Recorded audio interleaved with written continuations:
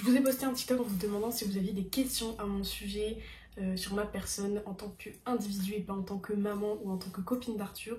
Donc j'ai sélectionné les plus intéressantes selon moi et on va y répondre maintenant. Donc j'ai essayé de sélectionner des questions auxquelles j'ai jamais vraiment répondu sur les réseaux sociaux, des choses dont j'avais pas forcément parlé, pas parce que je voulais pas, mais parce que le sujet n'est jamais venu sur la table. Donc on va commencer avec la première question. Es-tu croyante? Est-ce que tu as une religion? Alors non, tout simplement, je suis athée. Donc je sais pas ce que je peux dire de plus. Voilà, bref, question suivante. Alors celle-là, elle est revenue plusieurs fois. C'est as-tu des copains avant Arthur ou est-ce que c'est ton premier amour? Arthur n'est pas mon premier amour. J'ai eu un premier amour avant ma relation avec Arthur. C'est quelqu'un qui a beaucoup compté pour moi. Je suis toujours en contact avec cette personne d'ailleurs, je la suis toujours sur les réseaux, elle est toujours sur mon Instagram. Ça a été très compliqué la rupture pour moi, parce qu'il y en a eu deux. Je prends des nouvelles de temps en temps, mais voilà. Globalement ça s'est très mal passé pendant la relation. C'était une relation très... C'est une relation à sens unique en fait, j'étais là, il y a que moi qui étais amoureuse dans la relation, que ce soit la première fois qu'on était ensemble ou la deuxième. Et voilà, j'en garde pas forcément un bon souvenir, même si j'aimerais toujours cette personne d'une manière ou d'une autre. Je pense que j'en ai dit assez. Troisième question, c'est à quel âge as-tu fait ta première fois? J'ai fait ma première fois en troisième, j'avais 15 ans. C'était avec mon premier amour, du coup, la personne dont je parlais avant. Quatrième question, est-ce que tu as déjà eu des rapports compliqués avec la nourriture? Alors j'ai eu une phase, j'ai pas été diagnostiquée machin parce que j'ai pas cherché à être diagnostiquée, mais j'ai déjà eu des problèmes on va dire. Ça a été une phase pendant un an, 2 ans. Je pense que je faisais de l'hyperphagie par phase.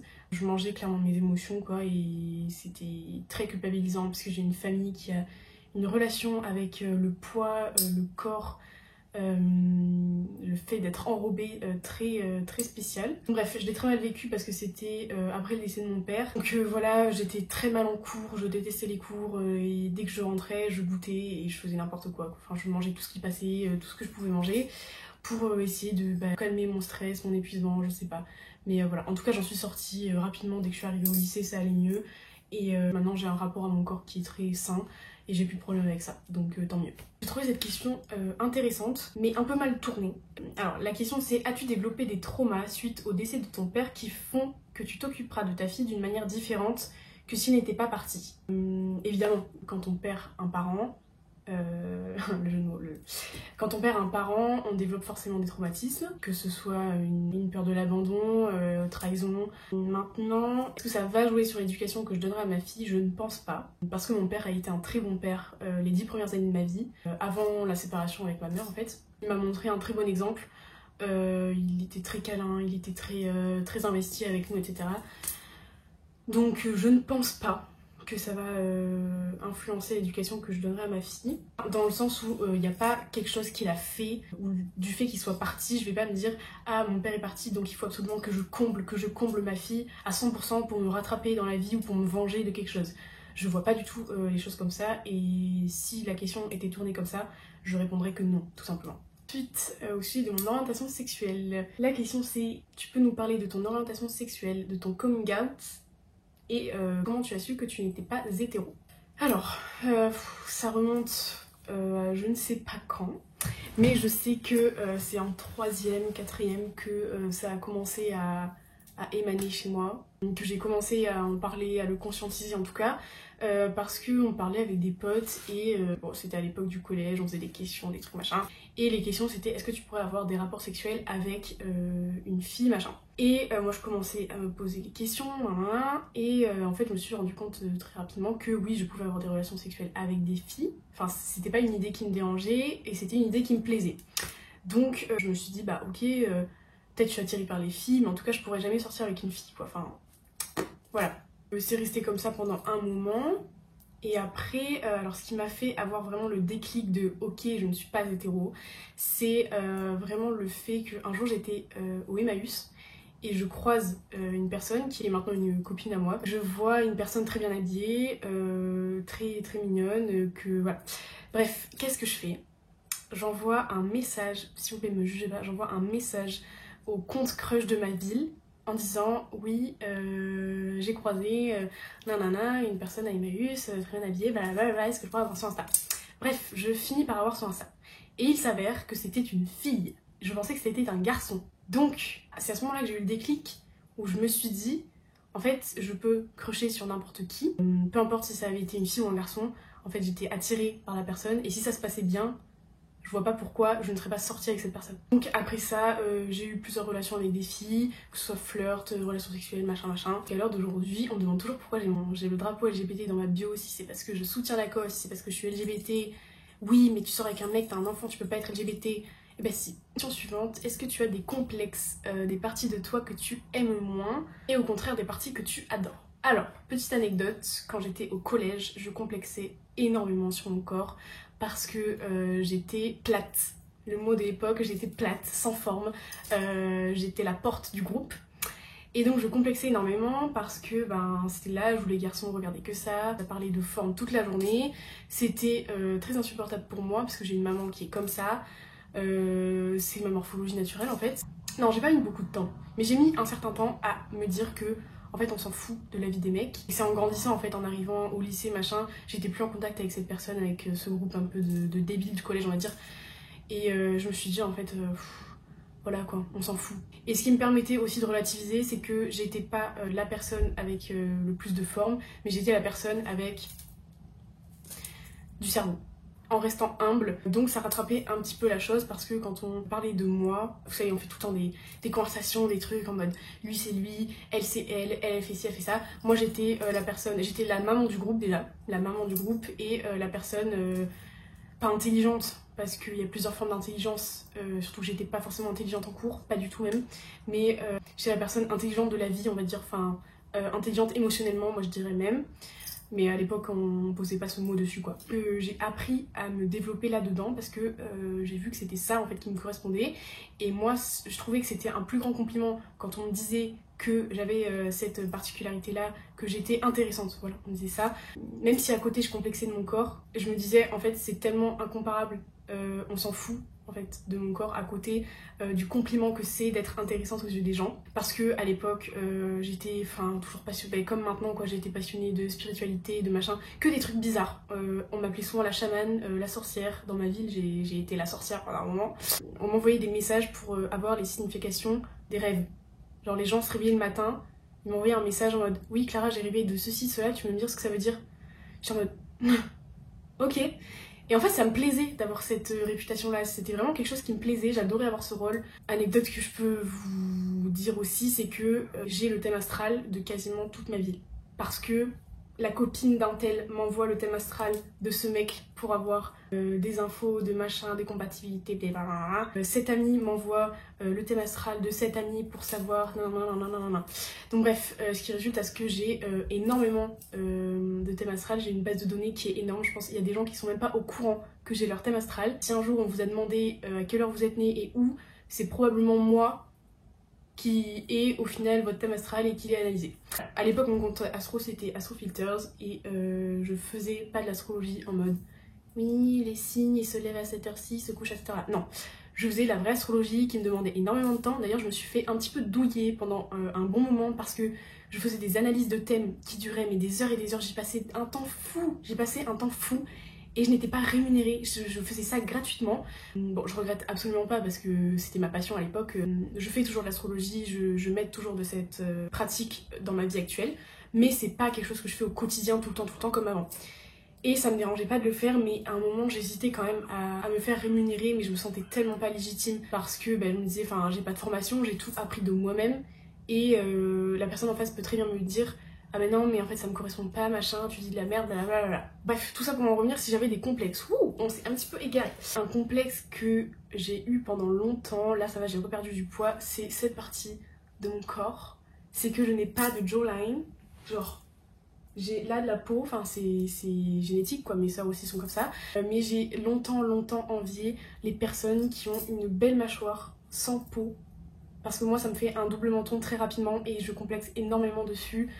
Même un peu encore à l'heure d'aujourd'hui. De toute façon j'ai parlé au présent donc lapsus révélateur. Que ce soit sur les photos, dès que j'ai une posture un petit peu comme ça, ça fait un double menton et je déteste ça. Mais j'apprends à vivre avec parce que dans tous les cas je ne changerai pas. C'est ma morphologie, ma tête est comme ça, mon père était comme ça, mes soeurs sont comme ça. Donc voilà, je ne peux que accepter cette partie de mon visage et puis c'est comme ça. Ensuite, j'ai eu un autre complexe. J'ai eu une verrue pendant très longtemps, pendant 7 ans, de mes 7 à 14 ans, sur le genou, une assez grosse verrue. C'était parce que j'étais très angoissée de la relation de mes parents avec mes grands-parents. Il y a eu des conflits familiaux qui ont fait que j'ai eu une verrue qui était en gros la traduction sur mon corps de mon stress. Et on se moquait énormément de moi à l'école. Un jour, je sais que la personne dont j'étais amoureuse à l'école, parce que j'étais amoureuse de tout le monde à l'école, est venue me voir avec une plante en disant « Tiens, c'est pour soigner ta verrue ». Je me suis effondrée. Ah oui, j'ai complexé aussi beaucoup sur ma pilosité. Alors oui, ça me fait des sourcils fournis que je n'ai pas besoin de remplir au crayon, ok. Mais ça fait que mes jambes sont très fournies aussi. Par contre, je suis passée totalement au-dessus. C'est-à-dire que depuis le début depuis le premier confinement, je ne m'épile plus les jambes. Donc je ne vais pas vous montrer parce que ça peut peut-être trigger des gens. Mais j'ai mes poils à l'état naturel quoi. C'est Chewbacca des jambes. J'ai même pas de réflexion, je fais tout le temps à la plage, enfin je fais... C'est la partie de mon corps que je n'épile plus et j'en suis ravie parce que ça fait des économies de temps et d'argent. Au contraire des parties de moi que j'aime, alors il y en a tellement comparé à celles que j'aime pas. Je suis quelqu'un qui a une estime de soi très élevée, ne pas confondre avec du narcissisme évidemment, donc il y a énormément de choses que j'aime chez moi. Mais comme je vous disais, c'est surtout le fait d'être considérée comme intéressante et intelligente émotionnellement et avec toutes ces passions différentes, modes de vie différents, etc. Ça c'est quelque chose que j'aime beaucoup chez moi, le fait que je suive juste ce que je veux et que j'ai pas peur du regard des autres. Parce que j'ai longtemps été à cheval sur le regard des autres, ça a été très important pour moi pendant très longtemps. Voilà. Et je pense que la chose que j'aime le plus chez moi, et parce qu'en même temps je la travaille beaucoup, c'est mon intelligence émotionnelle, ma capacité à comprendre les gens au niveau émotionnel, au niveau psychologique quoi, et puis même c'est ça aussi qui va m'aider dans mon métier. Et ça par contre je pense, pour revenir à la question des traumatismes liés à mon père, je pense que mon intelligence émotionnelle est fortement liée à mon deuil, parce que forcément ça m'a... dans ma situation, j'ai perdu un parent, ça m'a ouvert à tout en fait, ça m'a fait déconstruire tout un monde, parce que je me suis dit ok, ce genre de choses arrive, tout ce sur quoi je me basais s'est déconstruit, et j'ai dû me reconstruire sur autre chose, donc ça a ouvert toutes ces portes. D'abord c'est le développement personnel avec les trucs, les accords Toltec, enfin les trucs les plus basiques du monde, et peu à peu je suis rentrée plus en détail dans ce genre de choses. J'ai commencé à faire une thérapie, alors pour régler mes problèmes à moi aussi, mais en faisant une thérapie on en apprend énormément aussi sur les autres et sur le fonctionnement de l'humain en général. Donc je pense que oui, c'est lié à mon père. Ma mère aussi était beaucoup dans le développement personnel de base. Après c'est moi vraiment qui ai creusé parce que j'en ai fait ma passion, c'est vraiment devenu ma nourriture intellectuelle en fait, de comprendre, d'analyser. Alors j'avais pas vu la question suivante, mais c'est en relation avec ce que je disais tout à l'heure. C'était, est-ce que tu pourrais dire que tu as une bonne estime de toi, une bonne confiance en toi? Comme je vous disais, oui, j'ai une très bonne estime de moi. J'ai pas les termes exacts comme ça, mais pour expliquer vaguement, l'estime de soi, c'est ce qu'on vaut en tant que personne et pas nos compétences dans quelque chose, qui réunit en soi notre passé, notre présent. C'est vraiment être dans l'acceptation de nos erreurs, de nos qualités, de nos défauts. Parce que ça rentre dans l'estime de soi aussi, d'accepter ses défauts. J'aime pas trop cette phrase, mais... oui, je sais ce que je vaux en tant que personne, je sais ce que je mérite, je sais quelles sont mes qualités, quels sont mes défauts. Et ouais, enfin moi je peux dire à l'heure d'aujourd'hui que j'adore la personne que je suis et j'ai toujours aimé la personne que j'étais à partir du lycée. Pour donner un exemple, c'est ce que je dis à Arthur, c'est que je lui dis mais t'as vraiment de la chance de m'avoir. C'est ma vérité et je m'en fiche que les gens ne pensent pas ça, qu'ils aient un avis différent sur ma personne. Moi c'est ce que je pense de moi et j'en suis d'autant plus fière de penser ça de moi. Voilà, je sais pas si c'est très clair. Et donc pour faire la différence avec la confiance en soi, la confiance en soi c'est plutôt notre confiance en notre compétence à faire quelque chose. Moi je le vois comme ça, mais il me semble que c'est ça dans tous les cas. Peut-être à nuancer, je sais pas. Souvent on fait l'amalgame entre les deux. Donc confiance en soi, et ben en fait tout simplement ça varie. Parce qu'il y a des domaines où j'ai fortement confiance en moi, par exemple le domaine relationnel. Ma soeur qui passe l'aspirateur, j'espère que ça s'entend pas trop, mais je suis maman. Ma fille va se réveiller de la sieste, donc je n'ai pas le temps d'attendre qu'elle finisse de passer l'aspirateur. Donc désolée pour le bruit. Mais par exemple, quand il s'agit de domaines où je sais que je ne suis pas douée, bah non, j'ai pas confiance en moi. Et c'est, je pense, logique. Par exemple, dans toutes les matières scientifiques, je n'ai aucune confiance en moi. Je suis nulle. Mais quand je vous dis nulle, c'est que vraiment, je suis nulle. Je suis arrivée en première terminale, j'ai arrêté de bosser, j'ai arrêté de même chercher à comprendre, j'ai arrêté de... Voilà, je me suis démolie parce que je ne sais pas, peut-être les profs de sciences n'étaient pas assez encourageants, ou peut-être que moi juste j'avais la flemme, peut-être que je manquais de confiance en moi, je manquais de détermination à comprendre la science. Pourtant, je n'ai aucune haine envers la science et j'admire énormément. J'avais une copine en seconde qui était à fond dans les maths, tu la voyais, elle calculait tout. Elle était passionnée dans son calcul, mais c'était fou. Et j'admirais ça. Genre, je me disais, mais meuf, c'est impressionnant. Genre, moi, je suis pas capable de faire ça. Et j'admire ce truc d'être passionnée par les sciences, par les chiffres, par les trucs. Genre, je trouve ça trop beau. Comme c'est beau d'être passionnée par le relationnel, comme je le suis. Mais moi c'est pas du tout mon domaine, je n'ai aucune confiance là-dedans. Je vais vous donner d'autres exemples de choses dans lesquelles je n'ai pas confiance en moi, parce que sinon c'est vrai que cette vidéo va paraître très narcissique. Je vais vous donner l'exemple du sport. Je n'ai aucune confiance en moi dans le sport, je n'ai aucune confiance en mes capacités physiques, parce que dans ma réalité, je n'en ai juste pas. Je fais 100 mètres, je suis essoufflée, même pas 100 je pense.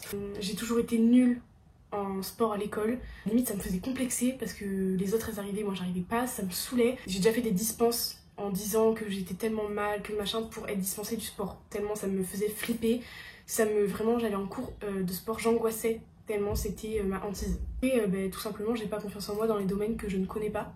On me dit faire tel sport, va faire tel truc, machin, alors que j'ai aucune compétence dedans, bah forcément je vais pas avoir confiance en moi quoi. Ensuite j'ai eu la question quel métier voulais-tu faire quand tu étais petite?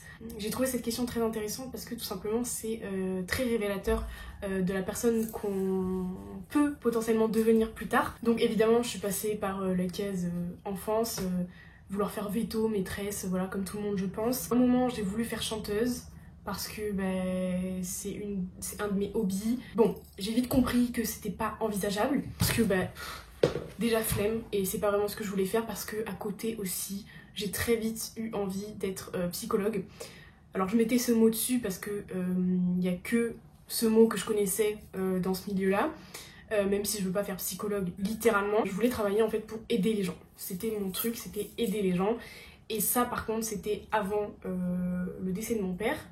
Je pense que ça a oui amplifié, mais je pense aussi que c'est juste ma mission de vie, parce que c'est vraiment quelque chose qui m'a passionnée depuis toujours, la psychologie. Alors pas la psychologie à proprement parler, mais le fonctionnement émotionnel, relationnel des humains. Ça m'a vraiment...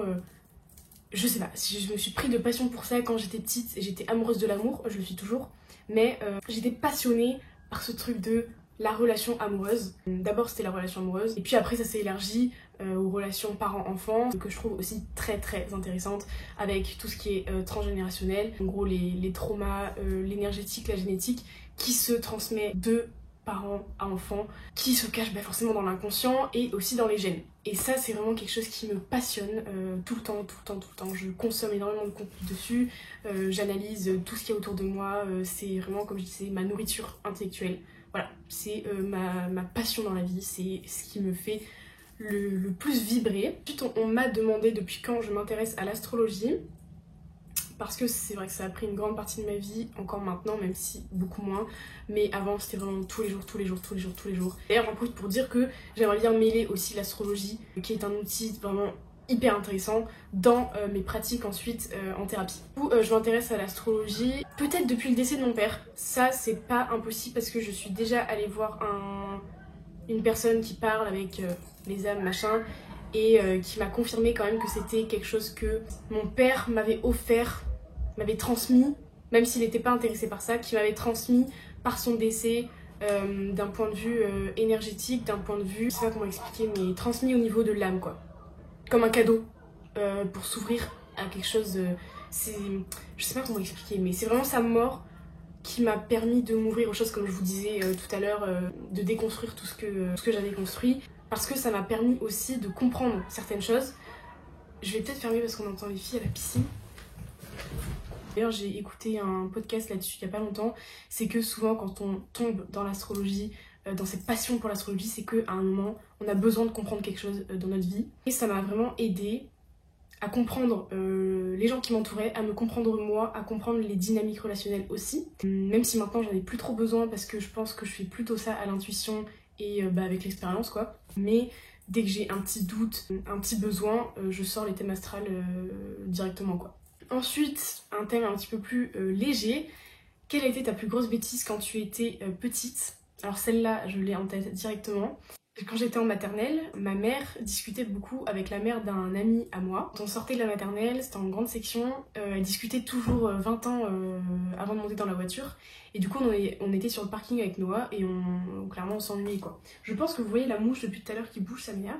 Et du coup, à un moment, on aimait tellement notre maîtresse qu'on a eu la bonne idée de prendre des cailloux et d'aller écrire nos prénoms sur sa voiture. Voilà, sur la belle carrosserie d'une voiture une voiture coûteuse il me semble, que c'était une voiture coûteuse en plus. Donc Clara en lettres, j'ai postillonné, donc Clara en lettres bâton, parce que je ne savais écrire que ça à ce moment-là, et Noah en lettres bâton aussi. Il me semble que j'ai fait un cœur aussi, et on s'est fait défoncer. Mais bon, on était petits, on avait 5 ans. 5 ans, c'est l'assurance qui a pris la peinture de la carrosserie en charge, mais on s'est fait quand même... voilà. Mais ça partait d'une bonne intention.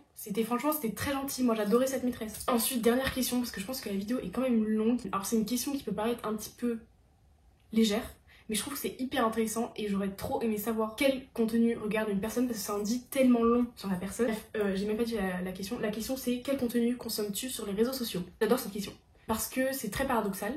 Je suis créatrice de contenu, influenceuse, et je ne suis aucune influenceuse avec mon compte principal. Alors, je dis ça parce que j'ai un compte privé où je suis des personnes créatrices de contenu, que des femmes, je crois. Non, je suis aussi Mathias Jonathan. Sur mon compte privé, je suis des créateurs de contenu, non pas parce que je suis, entre guillemets, leur vie, mais parce que c'est des personnes qui m'inspirent à créer du contenu. J'aime bien observer leur stratégie, comment ils font leur partenariat, comment ils font ceci, comment ils font cela. Donc c'est vraiment à but éducatif, instructif. Même sur TikTok, je suis quelques personnes, mais il me semble que c'est même pas des influenceurs, c'est des personnes qui instruisent, qui... Bah on va regarder. Ah mais non, j'ai pas mon tel. On va regarder sur mon ordi. Je vais passer un petit peu de temps sur cette question parce que moi je la trouve super intéressante. Mais je peux vous parler de YouTube. Au début, je suis beaucoup de choses. En fait, je suis que de l'instruction. Je sais pas comment expliquer, mais que des trucs éducatifs presque. C'est très rare que je regarde des vlogs, voire quasiment jamais. C'est pour ça que j'ai mis du temps à faire une chaîne YouTube parce qu'on me demandait beaucoup de vlogs. Et moi-même, je ne consomme pas de vlogs. Enfin, je n'aime pas ça, je n'aime pas suivre la vie des gens parce que je la trouve très souvent inintéressante. Quelques vlogs que je regarde quand vraiment ça m'intéresse, qu'il y a des choses à apprendre. Mais sinon, les vlogs de Gaël Garcia, je les regarde. Silent Jill aussi, enfin Jill avec sa vie, avec ses enfants, parce que je trouve ça toujours inspirant et instructif, pareil. Parce que je regarde comment elle arrive à gérer les réseaux sociaux, plus ses 4 ou 5 enfants, oui, parce qu'elle a eu un bébé. Ça, c'est 2 créatrices de contenu que j'adore. Gaëlle, d'un point de vue business, d'un point de vue stratégie marketing, d'un point de vue créatrice de contenu. J'adore comment elle gère tout ça. Mais après, pareil, je suis pas make-up, je consomme pas son contenu pour son contenu. Plus pour sa personne et sa manière de gérer tout ça. Pareil pour Jill. Je trouve que c'est 2 femmes vraiment hyper inspirantes sur les réseaux sociaux quand on est créateur de contenu. Parce qu'elles ont une manière de gérer les choses très inspirante. J'adore regarder Sabine, qui vient d'abord de TikTok, que je connaissais. Je me suis déjà embrouillée avec elle en plus sur TikTok, et j'adore son contenu sur YouTube. Je trouve qu'elle fait des choses hyper intéressantes. Alors en fait, sa chaîne, elle nous fait prendre du recul sur le contenu qu'on consomme, c'est sa phrase d'introduction. Je trouve ces vidéos hyper intéressantes, elles sont très bien écrites, très bien construites, c'est des vidéos de 20 minutes à peu près, là je suis en train de regarder sa chaîne, où en fait elle va construire, déconstruire tous les propos qu'on peut voir au sujet de certains thèmes. Par exemple le développement personnel sur les réseaux sociaux, elle va analyser tout ce qui se passe sur les réseaux sociaux par rapport à ça, déconstruire la chose, apporter une critique objective. Et je trouve ça super intéressant quand on est sur les réseaux sociaux de regarder ça, pour en apprendre plus en fait sur ce qui se passe ailleurs que sur son propre contenu, sur mon propre contenu à moi. Ce que je consomme, Grégoire Dossier, j'adore cette personne. Je suis un petit peu moins son contenu, mais il y a une période où je suivais beaucoup parce que il se remettait beaucoup en question, il faisait des vidéos introspection et ça j'adore parce que forcément c'est ma passion, comme je vous disais. Donc voilà, je regarde beaucoup de vidéos introspection, les personnes parlent d'elles-mêmes, de leur traumatisme, de leurs trucs de machin parce que forcément ça me nourrit, voilà. J'ai beaucoup consommé du contenu sur la maternité logique. Ah, j'adore regarder les interviews de Alix Grousset, l'interview de Enjoy Phoenix. J'ai adoré regarder ça parce que ça m'a tellement instruit sur la création de contenu du point de vue du créateur. Interview de 2 heures en 2 parties, j'ai trouvé ça tellement intéressant. Mais par contre je peux vous parler de ce que je ne consomme pas aussi, parce que ça peut être intéressant aussi. Je ne consomme pas tout ce qui est Michou, inox, tout ce qui est vidéos produites, les vidéos de Squeezie par exemple. Alors je la regarde avec Arthur parce que Arthur adore les regarder et c'est vrai que quand je me pose et que je regarde c'est très drôle, mais c'est pas du tout un contenu sur lequel je vais cliquer quand je le vois dans mes recommandations parce que je trouve que c'est une perte de temps. C'est un divertissement qui n'est pas du tout instructif et j'ai l'impression de perdre mon temps. Les vidéos d'1 heure où ok c'est drôle mais ok je perds mon temps en fait. Et je pense qu'aussi ça a à voir avec le fait que je suis devenue maman, avec le fait que machin, quoique même avant je regardais pas ce type de contenu, mais c'est vraiment pas un contenu qui m'intéresse du tout, même si je crache pas dessus du tout parce que ça demande un travail fou de faire ces vidéos montées, produites, à tourner, c'est infernal. Quand t'es passionné c'est pas infernal mais de notre point de vue ça paraît infernal. C'est des vidéos qui ont une valeur extrêmement forte. Je comprends qu'elles aient autant de vues, mais personnellement c'est pas du tout un truc qui m'intéresse. Je suis abonnée à Maîtresse Adeline, elle fait des vidéos sur l'orthographe, la grammaire, et je déteste faire des fautes, je déteste les gens qui font des fautes. Même des fois, je me considère pas comme une personne qui fait des fautes, j'en fais très rarement, mais ça m'est déjà arrivé de tomber sur des vidéos et de me dire ah ouais j'aurais fait la faute, donc je la suis. Je suis la méthode Antoine. Carrément, je pense que je peux citer toutes les personnes un petit peu créatrices de contenu, tellement j'en suis peu. La méthode Antoine, alors je ne comprends pas comment il a 1 million d'abonnés et qu'il fait si peu de vues. Pourtant ses vidéos sont très intéressantes, parce que pareil ça m'aide dans ma création de contenu, il a des conseils qui sont intéressants. Je pense qu'il devrait recréer un compte parce qu'il a perdu énormément de personnes actives sur son compte et c'est bien dommage parce qu'il pourrait faire plus. Je crois que c'est tout. De toute façon, mes abonnements sont publics sur Insta, sur TikTok, donc vous pouvez regarder qui je suis. Ça pareil, mais pour toi, j'ai souvent des vidéos instructives. Bon, j'avoue, je republie souvent des vidéos drôles, des vidéos qui me touchent aussi. Je republie des trucs un petit peu genre, des trucs d'ado quoi. Des trucs visés, des trucs machin. Je republie jamais les contenus comme ça, mais j'ai beaucoup de contenus éducatifs sur l'éducation des enfants. Voilà. C'est la fin de cette vidéo. Si vous avez d'autres questions, n'hésitez pas, des questions assez intéressantes comme ça. Moi j'adore développer sur ce genre de choses, j'adore parler de moi, ça vous l'avez compris je pense. Voilà. Je crois que j'ai tout dit, j'en ai trop dit même. J'espère que ça va pas couper ma vidéo. Et puis voilà, je vous dis ciao ciao. Voilà, bon ferme ta gueule. Hop, coupe la vidéo.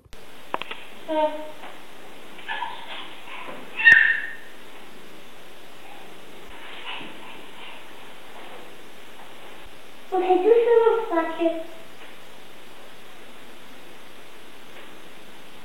c'était Boris.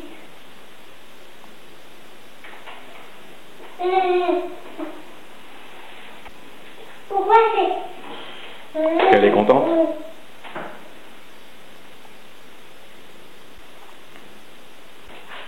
C'est la petite chatte. Va marcher dessus, hein. Pourquoi elle commence ses griffes là? Elle fait quoi comme ça? Elle les sort et puis elle les rentre. Mais elle fait rien avec.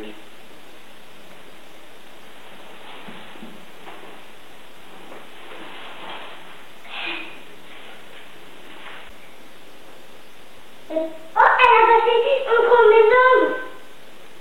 Si. Elle a passé encore mes jambes.